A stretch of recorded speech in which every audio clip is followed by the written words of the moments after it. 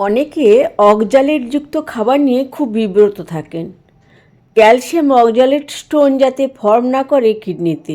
কিন্তু এই অক্সালেটের জন্য ভালো ভালো খাবার, যার থেকে আমরা অনেক প্রয়োজনীয় খনিজ পদার্থ, ভিটামিন, হেলদি ফ্যাট পেতে পারি, অ্যান্টি অক্সিডেন্ট সমৃদ্ধ খাবার থেকে বঞ্চিত হই আমরা।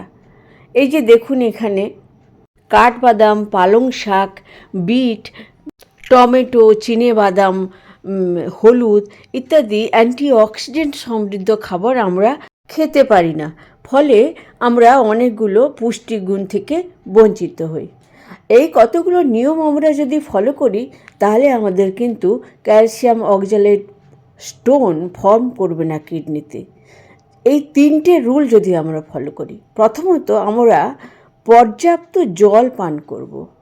পর্যাপ্ত জল পান করলে ক্যালসিয়াম ও অক্সালেট ডাইলুটেড হয়ে যাবে ইউরিনে বা মূত্রে, যার কারণে ক্যালসিয়াম ফর্মেশন করতে পারবে না বা হবে না।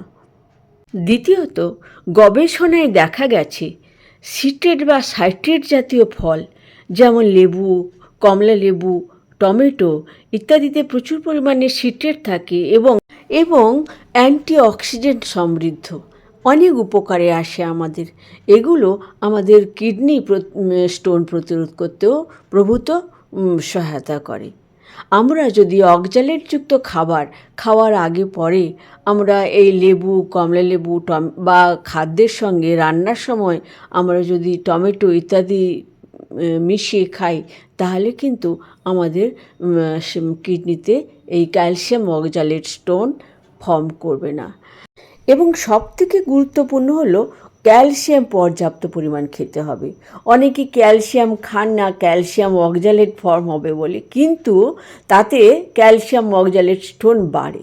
আমরা যদি অক্সালেটের সঙ্গে প্রায় সমপরিমাণ ক্যালসিয়াম খেতে পারি, ক্যালসিয়াম আমাদের শরীরে যদি পর্যাপ্ত পরিমাণে ঢোকে, বিশেষ করে ডেয়ারি প্রোডাক্ট, দুধ, দই, ছানা, চিজ, এগুলোর মাধ্যমে যদি আমরা পর্যাপ্ত ক্যালসিয়াম গ্রহণ করতে পারি, তাহলে কিন্তু সেই ক্যালসিয়াম এবং অক্সালেট অন্ত্রে বাইন্ড করে স্টুলের মাধ্যমে বেরিয়ে যাবে এবং কিডনিতে গিয়ে ক্যালসিয়াম অক্সালেট স্টোন ফর্ম করবে না। চতুর্থত, আমরা এই যে খাবারগুলো ক্রুসিফেরাস ভেজিটেবলস, এগুলো যদি আমরা খাই এবং হোল গ্রেন কিছু ওটস এবং হার্ব, ধনিয়া ইত্যাদি যদি আমরা খাই এবং এতে অক্সালেটের পরিমাণও কম আছে, এগুলো খেলেও আমরা উপকৃত হব।